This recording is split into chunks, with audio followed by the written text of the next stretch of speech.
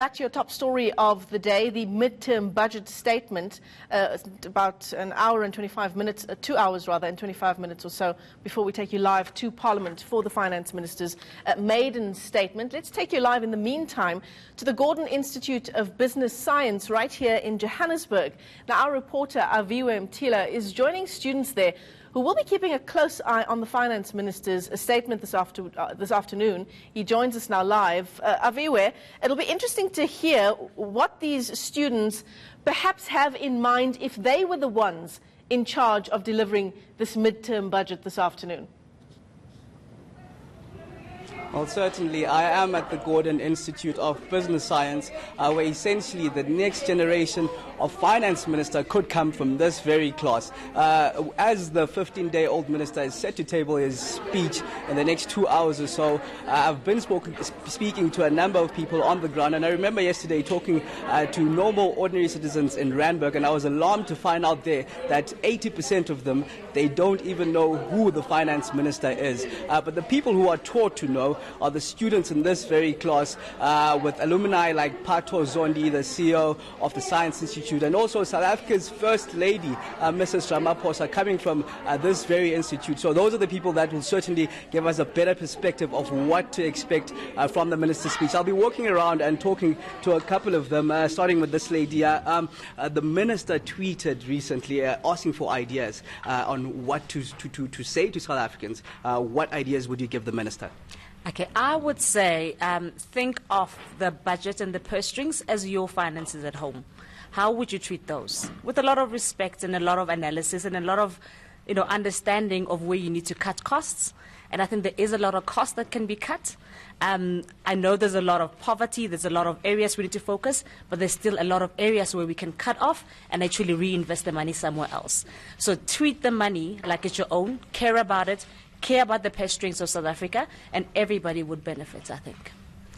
As you can see, this class is not your conventional class. It's a bit different, but it's where essentially leaders of the financial sector are being led. And it's another lady here who I want the minister to hear her advice on what to do this afternoon, come 2 p.m.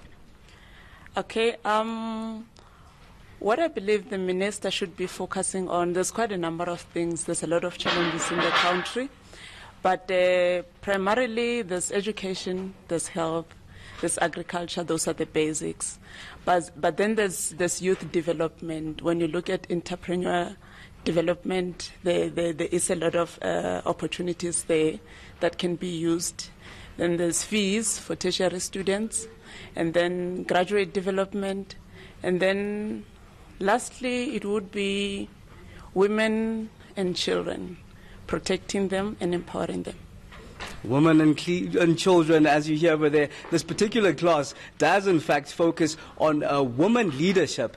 So of course women and children will be some of the key focuses that these students would want. But now what I want to find out are the challenges that are facing South Africa at the moment. What are some of the challenges that you can highlight? I'm of the view that one of the challenges we're having is defining our identity. What kind of economy are we having? Are we going to manage this economy as an agrarian economy, as an industrial economy, or as a digital economy? Because when we resolve this possible schizophrenia, then there will be clarity in terms of how we can manage it.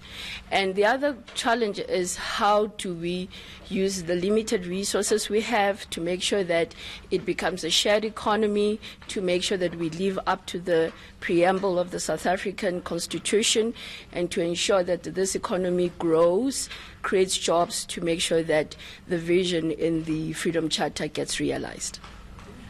And as you can see, scissors, paper, magazines, you might mistake this class from a primary school, but in fact we are being taught leadership in this very class. What I want to find out now is what is needed in the South African economy. What's the big boom that the South African economy needs to get into the proper direction? We need to create business confidence. and we need the world to see that our country is run properly. Until that is done, no business confidence is going to be created in this country. The commissions of inquiry that are going on must be wrapped up. The public must be informed that they are wrapped up.